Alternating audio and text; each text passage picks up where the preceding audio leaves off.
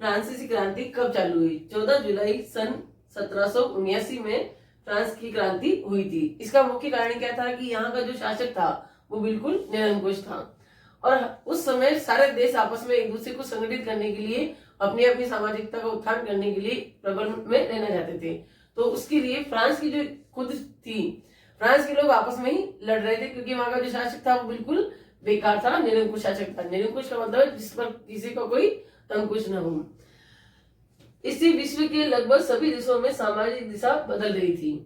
इस क्रांति को हम क्या कहते हैं? फ्रांसीसी क्रांति। इस क्रांति को विश्व में सामाजिक संरचना के क्षेत्र में परिवर्तन का सूत्रपात यानी सभी देशों में बदलाव का एक कार्य चालू जो हो जाता है उसे सूत्रपात की तरह काम में लिया गया। इसके बाद कई देशों के लोगों ने अपने अधिकारों के लिए लड़ने लगे क्योंकि फ्रांस में जब जागृति आई लोगों में तो लोगों को लगा हम भी अपने अधिकारों के लिए लड़ सकते हैं।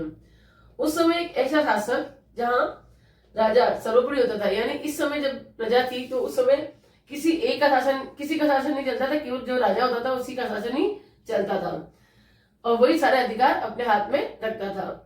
नागरिकों को कोई अधिकार नहीं होता था, यानी जनता का उसमें कोई हस्तक्षेप नहीं होता था, वो जो चाहता था वो करता था। इसे निरंकुश राजशाही या शासन कहते थे, यानी राजा का जिस पर कोई अंकुश नहीं था, जनता पर वो निरंकुश शासक था और वो शासक था लुई 16वीं। सन 1774 में लुई 16वां फ्रांस का जो राजा था वो गद्दी पर बैठा।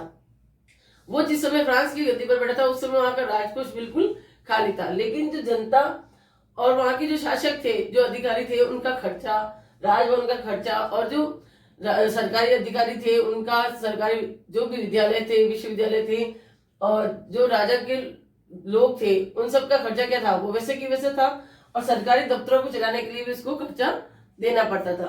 तो वो सारे खर्चे उस पर लादे जा रहे थे और महंगाई क्या होती रही थी? बढ़ती जा रही थी। तो इस सब का भार जो अमीर लोग थे वो तो उसमें कुछ भी चीजें नहीं देते थे, कोई टैक्स नहीं देते थे, लेकिन जो गरीब जनता थी उसको सारा वो कर्ज चुकाना पड़ता था।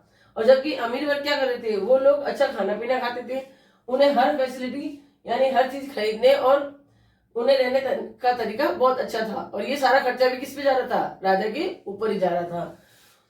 तो विश्व युद्ध के कारण कर्ज से बहुत से दबाव था। फ्रांस की जब राजा बैठा था लुई 16वां, उस समय फ्रांस का जो राजा था वो चारों तरफ से दबाव था क्योंकि उसके ऊपर कर्जा बहुत ज्यादा था। इसके शासन में फिजूल खर्ची बहुत अधिक थी, यानी वो अपने लिए और अपने दोस्तों के लिए प्लस अमीर लोगों के लिए खर्चा करता था क्योंकि वो एक राजा के लिए एक महत्वाकांक्षा होती है और वो अपने राष्ट्रीय ठाड़ को किसी कीमत पर कम नहीं कर सकता था। सब कुछ महंगा होता जा रहा था जिससे सिर्फ अमीर लोग ही सारा सामान, खाने पीने की वस्तुएं खरीद पाते थे। फ्रांसीसी समाज, यानी फ्रांस जब क्रांति हुई थी उस समय वहां के समाज में लोग वर्गों के आधार पर बटे हुए थे। वो 3 थे। 18वीं शताब्दी में फ्रांसीसी समाज 3 भागों में बटा हुआ था। पहला था प्रथम स्टेट, दूसरा था द्वितीय स्टेट, तीसरा था तृतीय स्टेट। ठीक है। पूरी आबादी में ज्यादातर लोग क्या थे? किसान थे।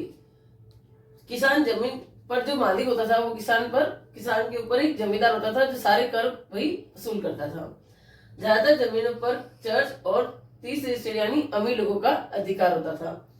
कुलीन पादरी वर्ग के लोगों को विशेष अधिकार प्राप्त थे, यानी सबसे जो ज्यादातर फेमस और जिन पे ज्यादा अधिकार थे वो लोग थे कुलीन और पादरी वर्ग।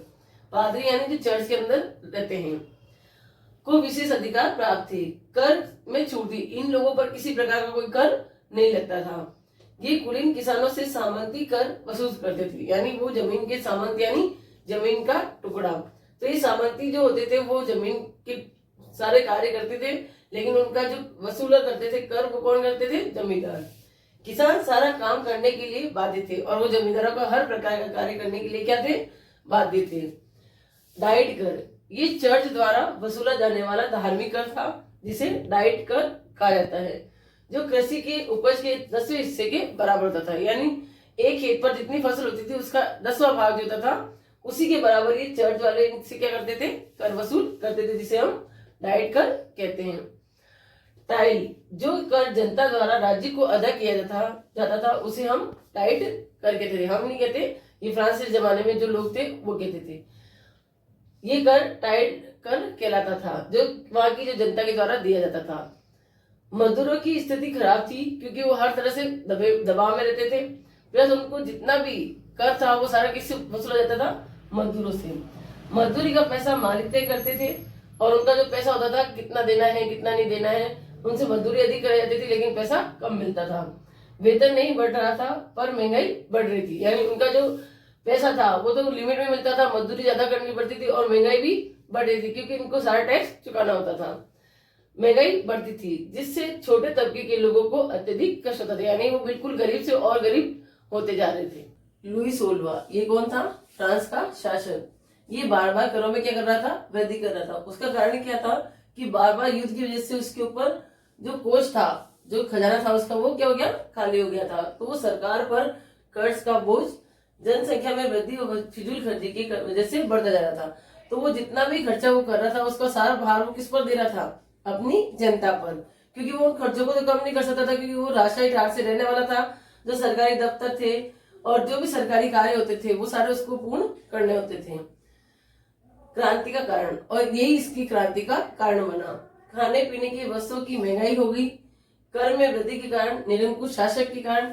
कर में वृद्धि क्यों हो गई, क्योंकि वो सारा कार्य का जितना भी भार होता था वो जनता पर देने लग गया था। तो जनता कर चुकाते चुकाते अपने खाने पीने के सामान तक भी नहीं खरीद पा रही थी। और निरंकुश शासक, शासक ऐसा था कि उसको केवल अपनी मनमर्जी करनी थी, वो जनता के प्रति बिल्कुल भी ध्यान नहीं दे रहा था। इसलिए उसको जनता क्या कहती थी, निरंकुश शासक, जिसका जनता पर न तो कोई अंकुश था और न जनता के लिए उसने कभी कुछ सोचा था। मजदूर, व्यापारी व किसान वर्गों का शोषण हो रहा था क्योंकि हर चीज पर उनको टैक्स चुकाना होता था और उनके लिए खाने पीने तक के पैसे नहीं थे और बदले में उनको पूरा कार्य में लिया जाता था, काम उनको सारा करना होता था। जमींदारों को कर चुकाना पड़ता था, जनता को। प्लस उसके अलावा जो राजा थे उसका भी सारा भार किस पर था, जनता पर था, जो किसान वर्ग के, निम्न वर्ग के लोग थे। तो वो बहुत ज्यादा दबते जा रहे थे। इन चीजों से परेशान होकर इन्होंने क्या कर दिया, आंदोलन कर दिया, जिस आंदोलन को हम फ्रांसीसी क्रांति का नाम देते हैं। अब इस चैप्टर को अपन ने जब आज पढ़ा है ना तो ये आपको थोड़ा कम समझ में आएगा क्योंकि फ्रांसीसी क्रांति इससे पहले आपने कभी पढ़ी नहीं है। तो इसके अपन एक नोट्स लिखेंगे। आज का जो चैप्टर है इसको आप एक बार पढ़ना और इसके अंदर जो क्वेश्चन आंसर बनेंगे वो हम आपको नोट्स के द्वारा लिखवाएंगे ताकि आपको चैप्टर याद हो जाएगा। वो हम अगले पार्ट में करेंगे।